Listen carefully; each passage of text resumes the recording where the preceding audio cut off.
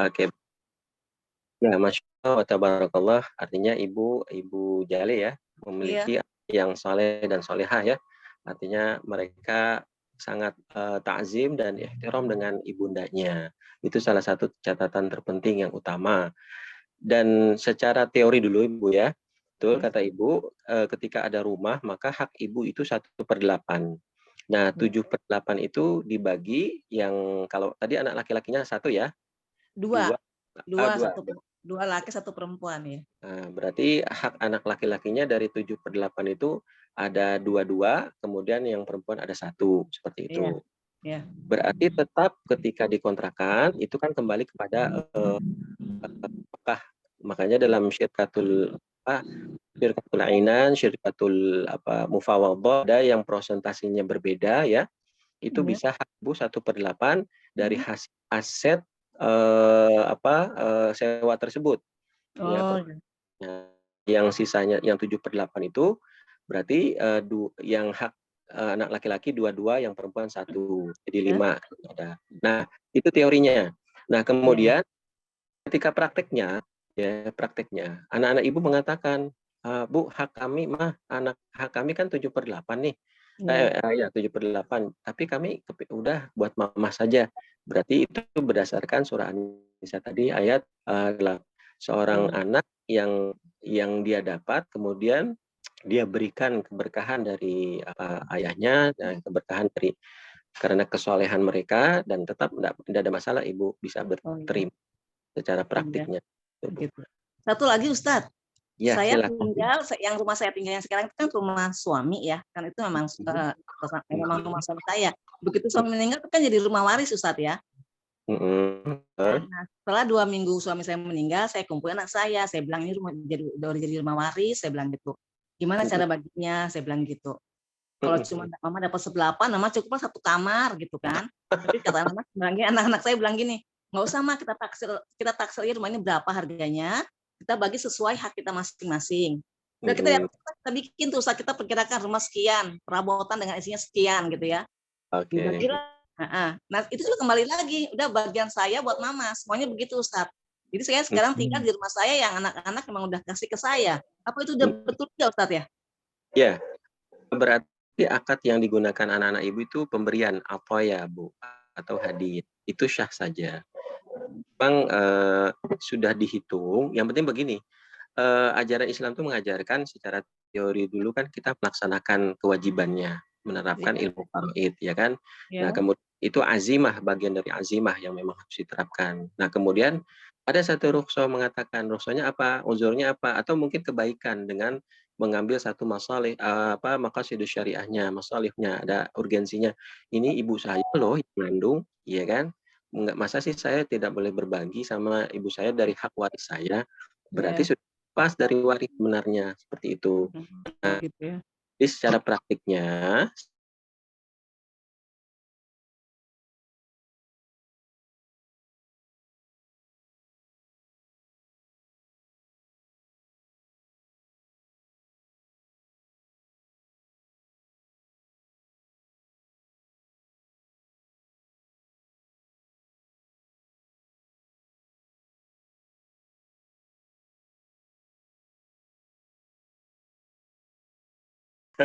Ya, terima kasih Pak Ustadz. baik. Kelihatannya yang diuraikan Pak Ustadz ini sudah saya praktekkan Pak Ustadz, benar. Uh, Waktu itu karena ada pandemi ya, jadi tertunda, betul, tertunda. Jadi terpaksa ya, jadi tidak disengaja lah ya, tidak disengaja tertunda dengan pandemi. Nah, setelah pandemi selesai, alhamdulillah amanat almarhumah ibu ya itu sudah saya sampaikan lah, sudah saya tunaikan, saya sudah tunaikan. Malah itu dijualnya ke pesantren. Masya Ke Allah. pesantren. Pesantren dijualnya, alhamdulillah. Alhamdulillah. Dan memang betul ada biasalah polemik ya, karena kan nggak semua adik-adik paham ya. Nah, Betul. kemudian juga betul yang cerita tadi ibu-ibu siapa tuh ya, yang cerita yang meninggal, ada yang meninggal. Adik saya dari 6 anak itu meninggal kena COVID. Sementara ibu saya meninggal sebelum COVID. Nah, sehingga anak turunannya dapat. Jadi sudah sesuai kayaknya, mudah-mudahan insya Allah ya, apa yang kena amanahnya itu, karena amanahnya memang disampaikan ke saya, karena kakak saya kan udah tua ya, udah sangat tua lah. Jadi saya yang masih bisa berpikir lah. Masya Nah Allah, gitu. Masya Allah. Nah, jadi cuman ini saya kasusnya berbeda nih Pak Ustadz nih, Ya, karena gimana? mungkin karena saya dianggap sama adik-adik sama ponakan-ponakan ini tahu tentang waris, ya saya belajar dari Pak Ustadz Isa lah, jujur lah, Masya saya Allah. belajar dari Pak Ustadz Isa. Nah, Sama-sama. ada kasus nih, ponakan saya, kakak saya nih, ya kakak saya ini masih hidup nih, dia nggak kena COVID. Nah, dia udah sepuh ya, udah pikun lah istilahnya, dan memang umurnya sudah tua lah ya, sunatullah sudah inilah ya, sudah tua sekali gitu. Nah, kemudian dia punya anak 2. Nah, punya anak 2 ini laki-laki sama perempuan. Nah, yang laki-laki ini maaf punten sekali, orangnya lugu ya, dia karena waktu kecilnya inilah ya, orangnya lugu, tapi nggak sakit banget gitu ya, tapi lugu lah orangnya ya. Dia nikah, cerita jadi udah dewasa juga, nikah tapi kepada wanita yang nggak disetujui oleh orang tuanya lah. Jadi kakak saya masih hidup nih, karena memang kita udah tahu kelakuannya jelek lah, kelakuannya jelek, tapi karena keponakan saya yang laki-laki ini saking lugunya, jadi kayaknya dijadikan alat gitu loh. Dia tahu rumahnya itu besar ya, bernilai lah ya, karena kan di Jakarta ya, dia punya 2 rumah. Akhirnya untuk menyelamatkan ini, adiknya yang perempuan minta nasihat ke saya, gimana, saya juga masih bingung nih, belum kasih jawaban. Gimana untuk menyelamatkan supaya si kakaknya kan kalau dibagi waris ini seandainya nih ya, kita ini kan pahitnya lah ya, kakak saya meninggal memang sunatullah katakanlah. Nah, ini takutnya diperalat loh sama istrinya. Istrinya memang kita tahu kelakuannya jelek itulah. Udah sering kawin cerai dan maklar tanah itu. Maklar tanah. Nah, kita tahu lah dia ininya jelek lah, prestasinya, memang nggak disetujuin ya. Kawinnya juga kawin siri. Nah, si adiknya perempuan ini mensiasati, mumpung bapak ibunya masih hidup, itu diwakafkan aja harta yang tidak bergerak ya, yang tidak bergerak ya, tanah sama rumah. Jadi diwakafkan gitu. Ini strategi ya, tapi memang saya tanya ke ponakan saya yang perempuan, kamu niatnya ini kan ya, niatnya cuma mau menyelamatkan, jangan sampai dikuasain nanti sama kakaknya lah ya, istilahnya kakaknya juga dipengaruhi oleh istrinya gitu. Kayaknya diperalat gitu. Nah, ini dengan sistem wakaf ini, mumpung masih orang tuanya masih hidup, dua-duanya masih hidup, distrategikan lah istilahnya ya, dengan diwakafkan. Jadi saya pengen ada jawaban dari Pak Ustadz, kira-kira benar enggak gitu loh secara syar'i gitu. Ya, betul. Itu aja, terima kasih. Ya, memang ya polemik itu pasti ada ya Pak ya, Bu ya. Jadi ada saja hal-hal yang memang di luar kadang kemampuan kita yang Allah titipkan sebagai ujian ya. Nah, memang ketika mendapatkan yang beliau tadi yang memiliki perempuan atau pasangan yang ya kategorinya mungkin tanda kutipnya tidak sesuai atau mungkin ya, tapi memang itu tetap kita kembalikan kepada Allah. Yang tadi kita doakan mudah-mudahan Allah berikan hidayah ya, Allah berikan hidayah salah satunya. Makanya ketika kita melihat ada perilaku mungkin keluarga dan lain sebagainya yang seakan-akan ini bertabrakan dengan Al-Qur'an dan hadis, bahkan perilaku, tetap ketika kita memandang dia, ya Allah berikanlah hidayah, seperti itu. Itu salah satu cara yang disampaikan kalangan ulama dan juga Nabi besar Muhammad SAW dan Khalifatul Rasyidin itu ya, jadi khalifah kita. Nah, kemudian ya memang untuk pembagian itu tetap dituliskan saja dahulu ya. Jadi dituliskan ya. Kemudian akad wakaf ini juga kan harus jelas ya, karena memang wakaf itu kan bagian daripada istilahnya wasiat ya. Dan wasiat itu kan tidak boleh diberikan lebih dari 1/3, Bapak, gitu. Nah, makanya dari akumulasi ini kita berbicara praktik ya, Pak ya. Kalau teori mungkin mudah itu diselesaikannya. Nah, praktiknya dihitung aset secara menyeluruh, baik itu yang bergerak maupun tidak bergerak, akumulasinya berapa, seperti itu. Nah, ya memang kalau ketika dijumpai melebihi dari 1/3 wakaf tersebut, maka lewat dari nilai 1/3 itu wasiat tersebut maka tidak sah ya. Jadi tidak sah. Jadi seperti itu. Nah, kemudian bagaimana niatnya? Apakah dia diwasiatkan atau umpamanya saya hibahkan saja dah. Nah, hibah juga kan harus ada akadnya, ya kan? Saya hibahkan untuk diwakafkan. Makanya kan wakaf itu kan ada yang wasiat, ada yang hibah, ada yang sudah saya berikan aja lah dengan niat wakaf semua, ada yang hadiah. Nah, itu ada apa Bukan ya? wakaf. Pak Ustadz, maaf, bukan wakaf, hibah. Benar, hibah. Dihibahkan. Oh Dihibahkan, ya. bukan diwakafkan. Maaf.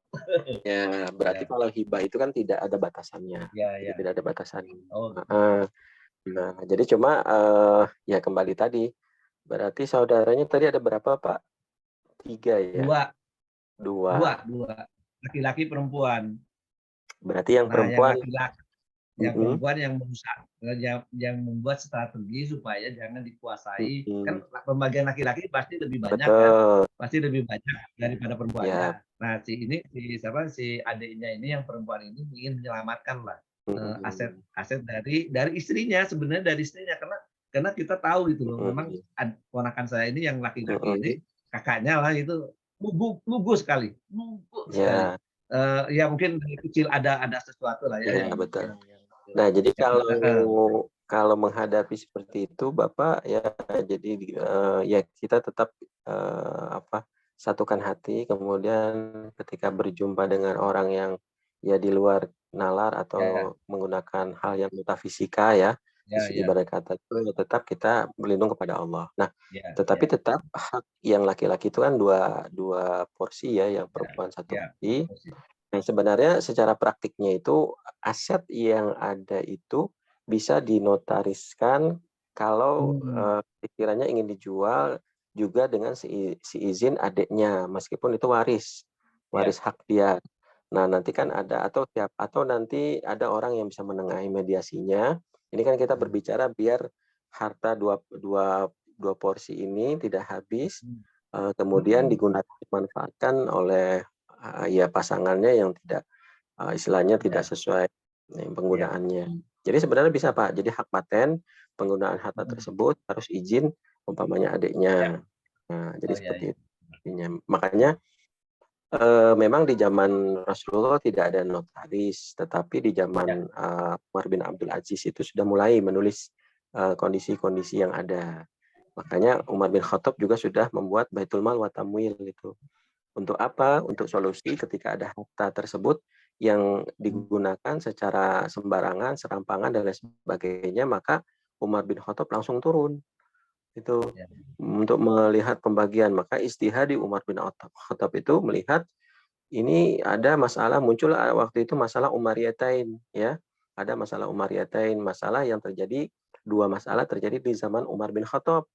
Nah, makanya di situ. Jadi tinggal kalau namanya. Nah, kalau dihibahkan berarti kan sudah pindah tangan, Bapak gitu. Nah, maksud saya itu mungkin asetnya tetap milik kakaknya, tapi penggunaannya saja, legalitasnya seperti itu.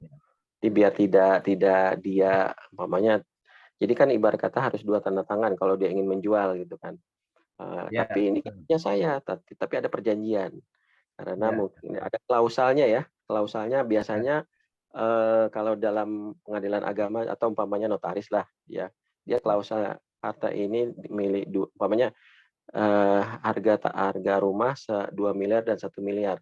Harga rumah yang 2 miliar ini milik kakaknya yang laki-laki, yang ketika dijual itu pun meskipun secara kepemilikan sudah mutlak, tetapi tetap ada tanda tangan izin dari pihak adiknya. Berdasarkan hal itu ada klausalnya. disebabkan karena penggunaannya dikhawatirkan bla bla bla bla bla. Nanti ada di itu, Pak. Oh, gitu ya. Ada. Ya, ya. Hmm. Ya, ya. Jadi seperti itu. Jadi pasangan itu tidak akan semena-mena dia untuk Ya. menjual, dan lain sebagainya. Nah, seperti karena dia Tapi ketika kalau hibah, menjual, kalau kalau hibah itu nggak harus pembagiannya nggak harus dua satu kan, nggak kan ya? Kalau ya orang tidak tuanya mau bisa, jadi pokoknya semaunya orang tuanya lah gitu ya. orang Istilahnya. tuanya. Ya, ya. Nah, jadi kalau hibah itu artinya, jadi gini, hibah itu juga begini, Pak. Umpamanya saya Pak Anton ke saya, kata Isa ini saya hibahkan. Kalau saya diam saja, batal hibahnya. Nah itu Oh. Abu Bakar ingin menghibahkan kepada Aisyah radhiyallahu anha ya. Nah, ketika itu Aisyah hanya diam saja.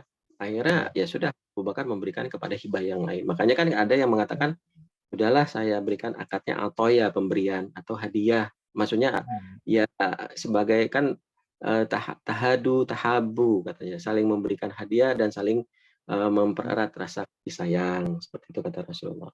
Nah, bisa itu. Jadi akadnya baru seperti itu, Pak. Wallahu a'lam bishawab. Oke. Terima Dan kasih Pak terjawab. Ustadz. Ya, sama-sama. Ya. Ya, Ustaz Suprio. Ya, gimana? Ada lagi di chat kayaknya ya, banyak ya. Wah, ini banyak nih. Bagaimana Ustaz? Oke. Apakah dijawab semuanya? Boleh coba pelan-pelan kita ringkas saja. Tadi Bu Devi sudah ya.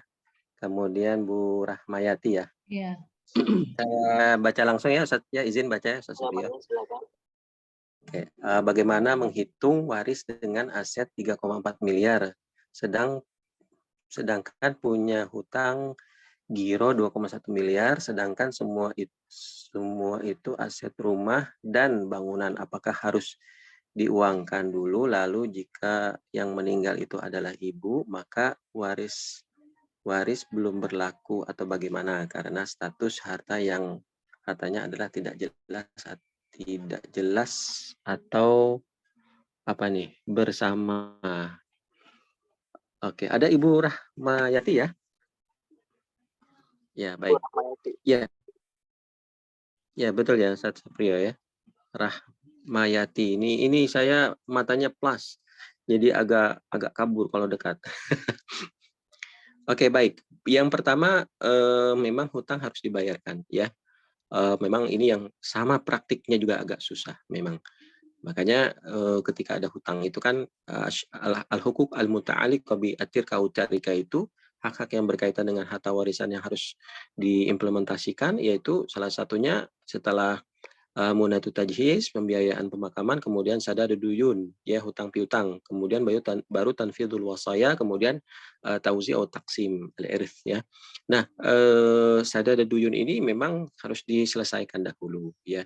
Nah, tetapi di sini kan ada hutang giro, umpamanya 2, sekian, sedangkan semua itu aset rumah dan bangunan, bagaimana caranya? Nah, ya memang ini harus dicairkan ya, untuk hutang tersebut. Nah, tetapi memang ketika ada hutang giro ya sekitar 2,1 miliar, maka bisa dibuat klausal kembali ya di prakteknya Ibu ya.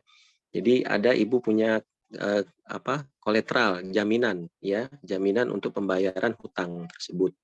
Nah, nanti akan disodorkan kepada giro tersebut ya. Nah, nanti bila rumah ini laku ya, maka dari 3,4 miliar ini yang 21, itu akan dibayarkan. Jadi nanti mengajukan satu koletral ya, atau jaminan pembayaran hutang yang memang dari aset yang belum bisa dilikuidasi atau dicairkan seperti itu. Nah, nanti diberikan alasannya ini memang menunggu waktu sampai, karena dengan kondisi kami pandemi dan memang kondisi ini dan sebagainya, kami juga tidak bisa mengcover 2,1 kecuali dengan aset sebagai koletral jaminan tersebut.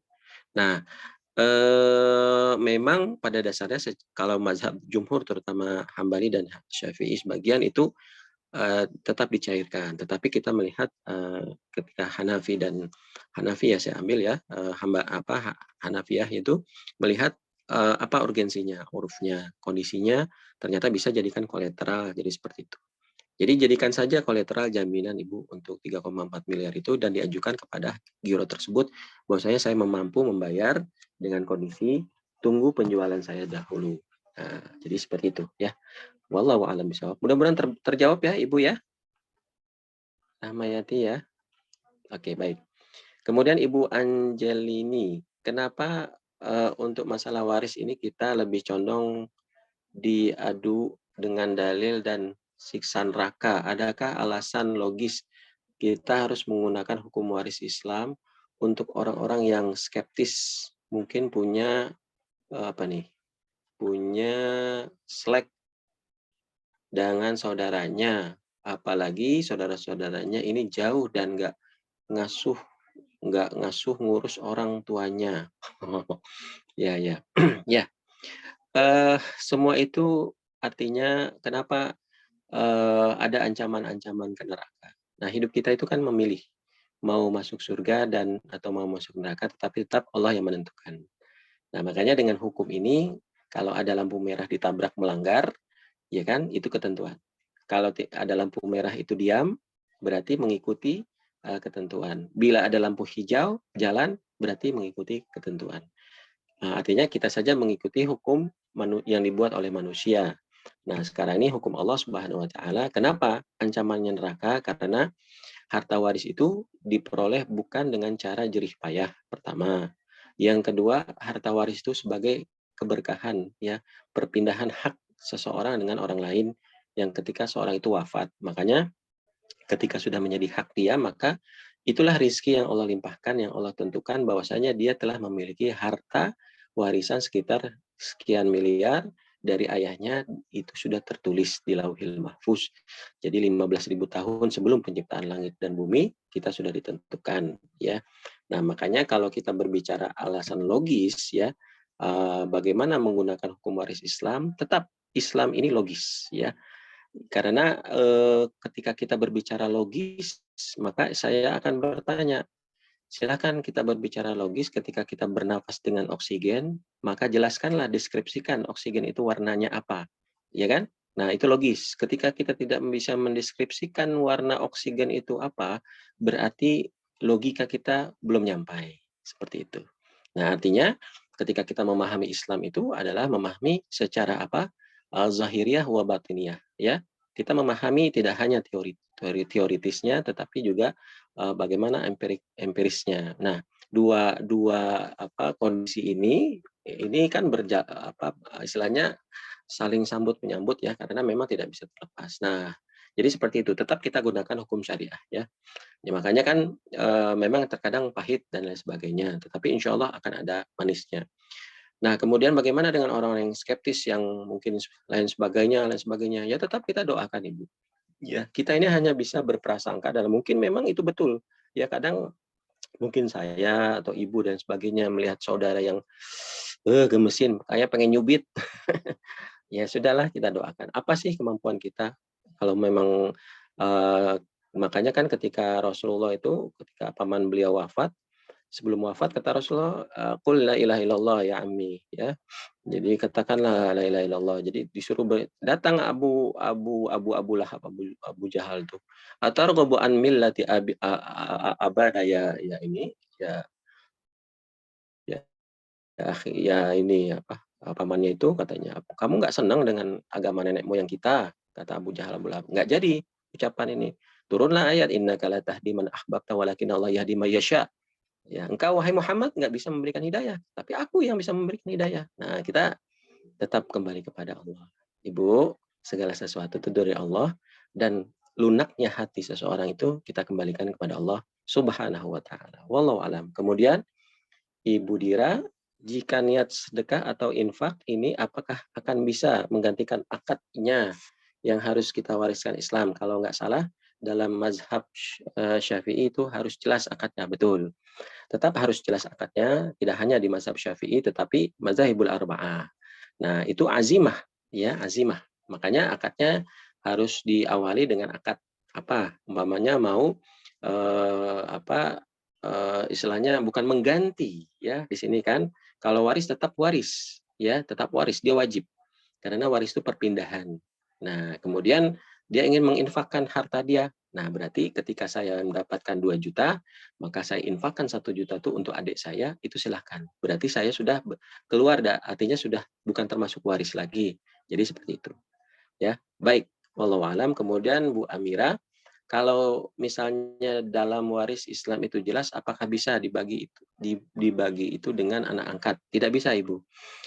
Anak angkat tidak bisa mendapatkan warisan. Al-walad waladul mutabani tidak bisa. Maka tidak boleh. Sama dengan waladul firash itu ayahnya tidak bisa mewarisi dan diwarisi. Tapi al-walad waladul mutabani tidak bisa mewarisi, tetapi ada hak dia dengan apa? Dengan wasiat mungkin tidak lebih dari 1/3, dengan hibah mungkin bisa sesuai dengan proporsional atau dengan wasiat wajibah seperti itu.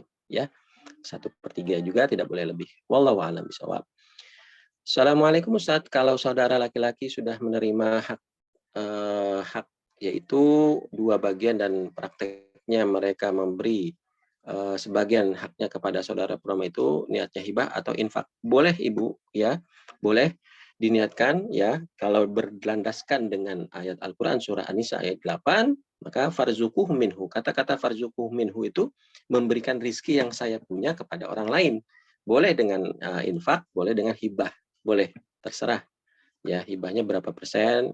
Kan itu kan akadnya infak itu kan menafkah infak, dengan nafkah infak itu kan mengeluarkan sodakoh ya, mensodakohkan harta yang ada. Makanya itu termasuk akad tabaruk juga, hibah juga termasuk akad tabaruk. Silahkan. Mungkin Ibu ingin infak, udah infak sajalah. Nah, atau hibah, ya sudah hibah saja. Nah, ini ada pembahasan khusus tentang hibah yang insya Allah kalau ada kesempatan kita akan bahas.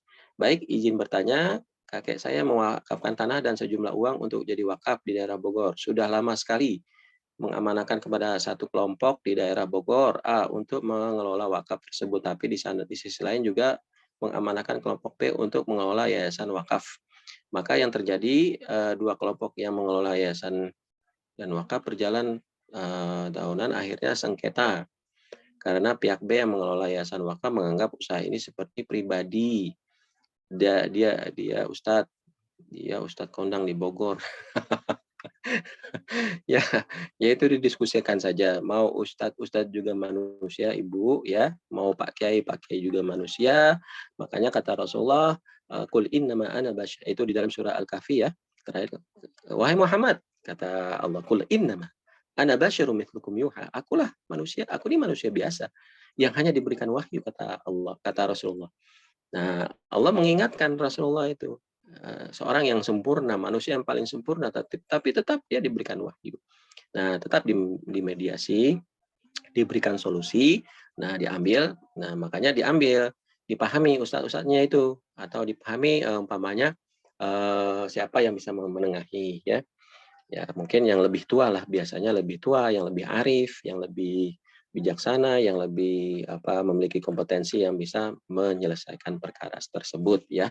Makanya itu pun harus ya selesailah ya Ibu ya. Makanya masalah wakaf ini pun harus hati-hati ya Bapak Ibu ya. Ada wakaf ahliyah sama wakaf ahli sama wakaf al-khairi. Kalau wakaf ahli itu yang mengelola keturunannya, tapi tidak boleh dikonsumsi, artinya tetap untuk kemaslahatan seperti di Gontor itu dan di Al-Azhar sebagian kalau tidak salah. Nah, wakaf al-khairi di Al-Azhar juga banyak, di Universitas Islam Madinah juga, bahkan Rasulullah juga kan sempat ada yang mewakafkan untuk membangun masjid Madinah ya. Nah, itu baik. Ustadz, Pak Ustadz. Ya. Kalau wakaf itu, kalau orang yang sudah mewakafkan, apakah orang tersebut masih bisa berperanan terhadap wakaf itu? Ya. Punya peran masih sebagai pengawas. Sebagai pengawasnya, tetapi tidak boleh mengambil hasil daripada wakaf tersebut. Makanya ketika mewakafkan sesuatu itu harus dikontrol nazirnya itu.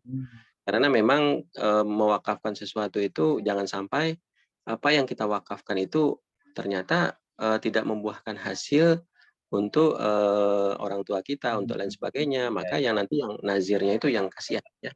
Kasihan nazir gitu ya. Seperti wallahu alam. Oke, baik. Bagaimana dengan anak perselingkuhan dapat waris atau tidak? Masya Allah. Ya, Bapak Ibu, Bu, ya, nih saya tinggal di Villa Bogor Indah. Dengan izin Allah ada 4 keluarga yang tadinya cerai gara-gara selingkuh itu kembali lagi. Saya tanya, Pak, ini istri Bapak? Ya. Ini selingkuhannya? Iya. Kayaknya cakepan istri Bapak deh. Iya, Ustaz. Tapi saya kesel. Kenapa kesel?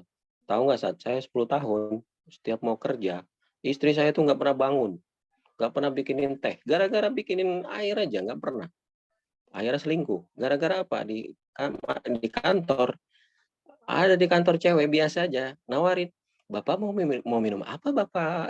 Bapak mau makan apa, Bapak? Dulu hatinya. 10 tahun itu. Jadi kehidupan 30 tahun, 20 tahun itu luluh. Nah, makanya ada kejenuhan. Ya. Tapi tetap ya. Jadi Bapak Ibu-Ibu ya, apalagi Ustadz ya. Ustadz tuh banyak sekali yang datang ya. Apalagi Ustadz Suprio ya.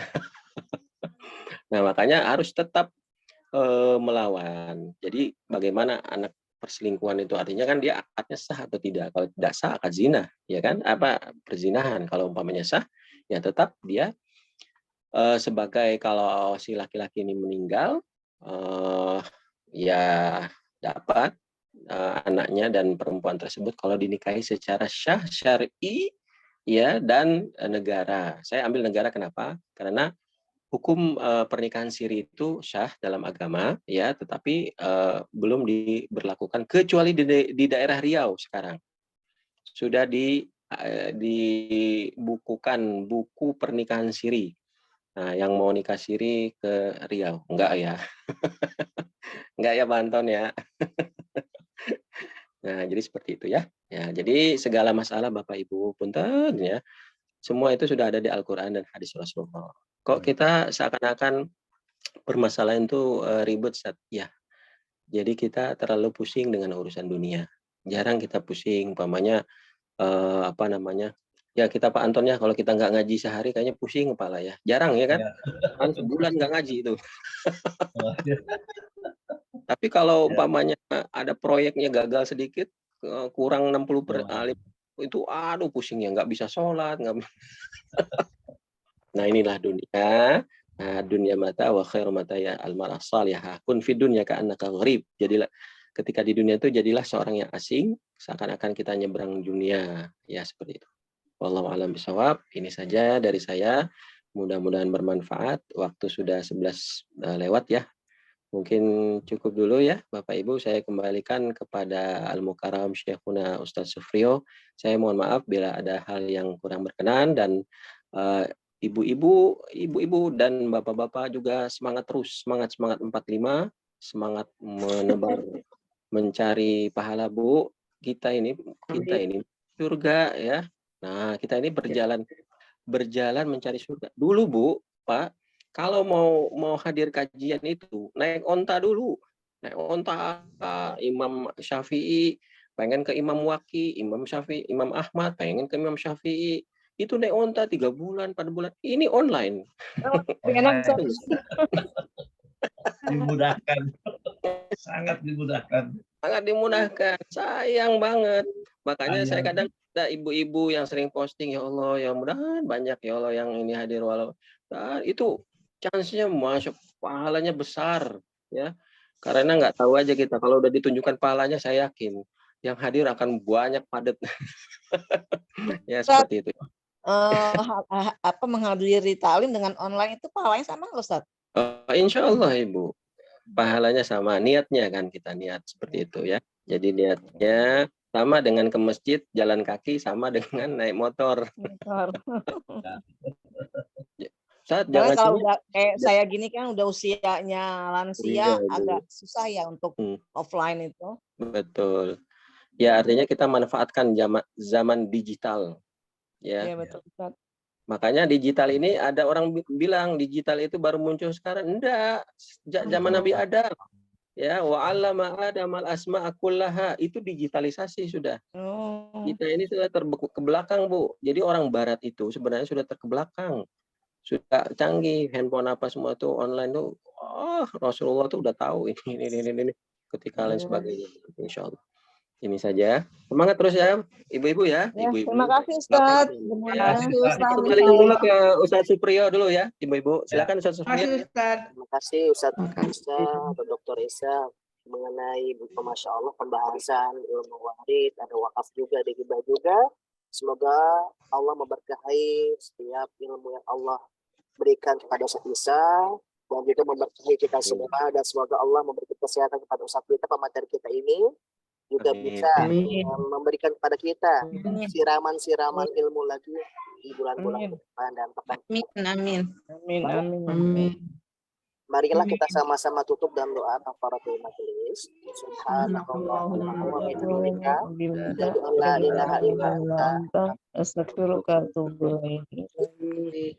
Makasih Ustaz. Makasih Ustaz Isa. Ustaz Supriyo. Semoga sehat semuanya. Bikin lab ya Ustaz. Assalamualaikum. Waalaikumsalam. Assalamualaikum. Assalamualaikum warahmatullahi wabarakatuh.